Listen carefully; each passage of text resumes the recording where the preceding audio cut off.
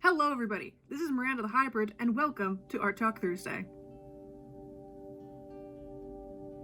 Now, I know you guys are used to this room.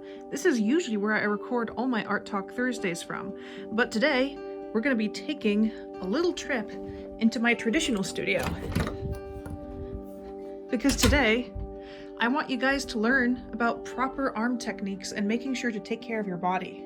Now, I know that may sound like a dumb thing to say, but you know, your wrist, your arm, everything, it's a set of muscle groups.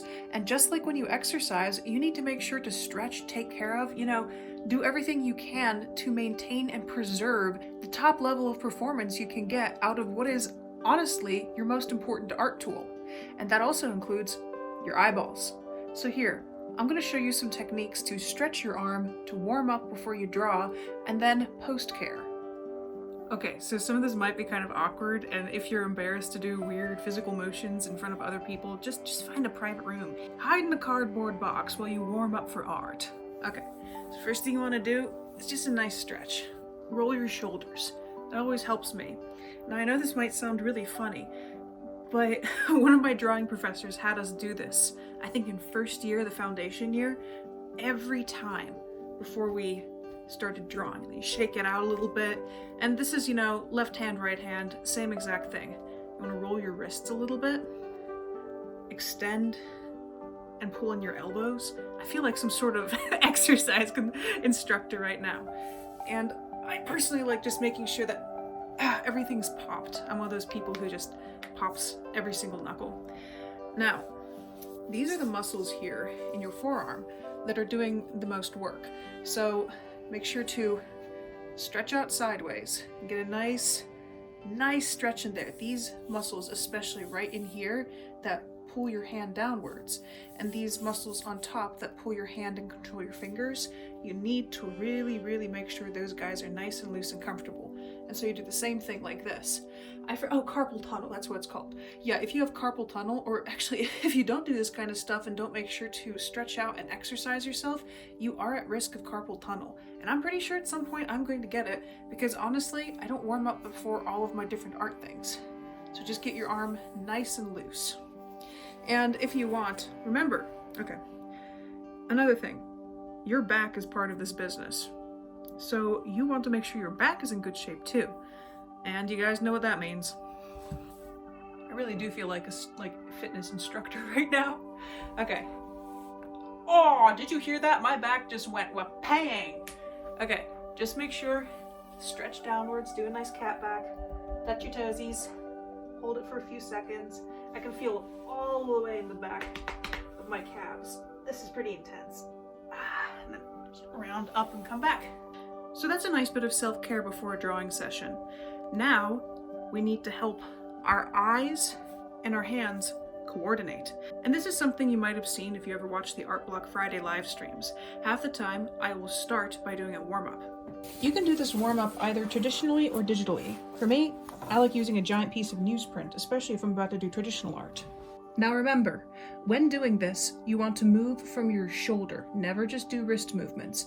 You should be involving your entire arm. You can tell just from how I'm moving, it's my shoulder as the lever instead of everything else. So remember to do that. Now we're going to start by making some vertical lines. Right now I'm engaging my shoulder, my right pectoral, most of my upper back. I'm even twisting slightly in the chair. And now sideways, horizontal lines. This is almost entirely done with my shoulder. After horizontal, we want to do diagonal, both directions. This is more of an elbow movement from this particular angle. And then opposite way. This is a combination of back twisting, shoulder movement, and elbow flexing. So just by doing this initial exercise, we've actually started coordinating our hands and our eyes together. We've gotten our brain into the art mode, which is very important. You may notice that when you start sketching, the first few sketches really aren't that good, but then you start warming up and your sketches get better and better. Do this kind of stuff as warm-up first and you won't get bad sketches.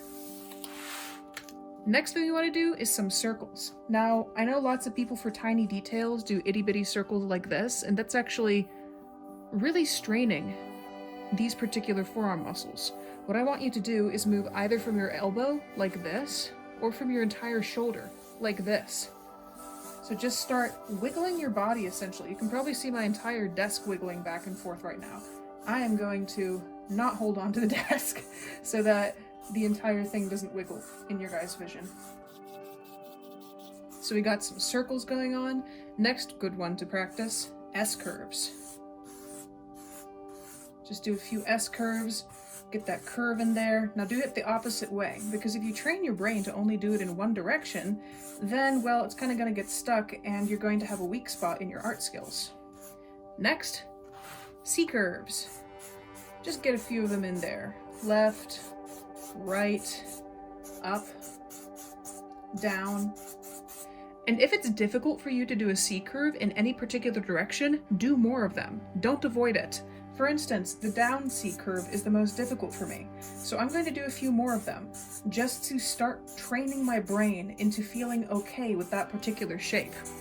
The last one on the list, and maybe my favorite, is kind of tricky, but fun. First, you make two little X's, right?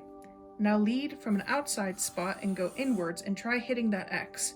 Now find another outside spot, go inwards and hit that X. Just like that. You can do it pretty quickly. Try to use elbow and shoulder movement. What this is doing is training your eye to hit a certain point with your hand. Like we're making these two little X's. What I'm doing is I'm starting from the outside and I have to coordinate my entire body to hit that inside X.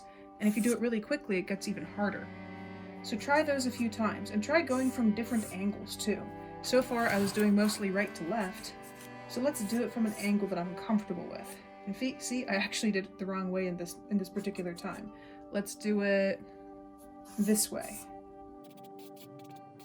Yep, I can feel that. That is very hard for me to do, so I'm going to do a few more of them. It is training your brain to do something it's uncomfortable with. And that's very, very important. Because if you don't practice the things you're not good at, you're never going to get better at them. You could probably put this in a museum and sell it as abstract art and make $10,000.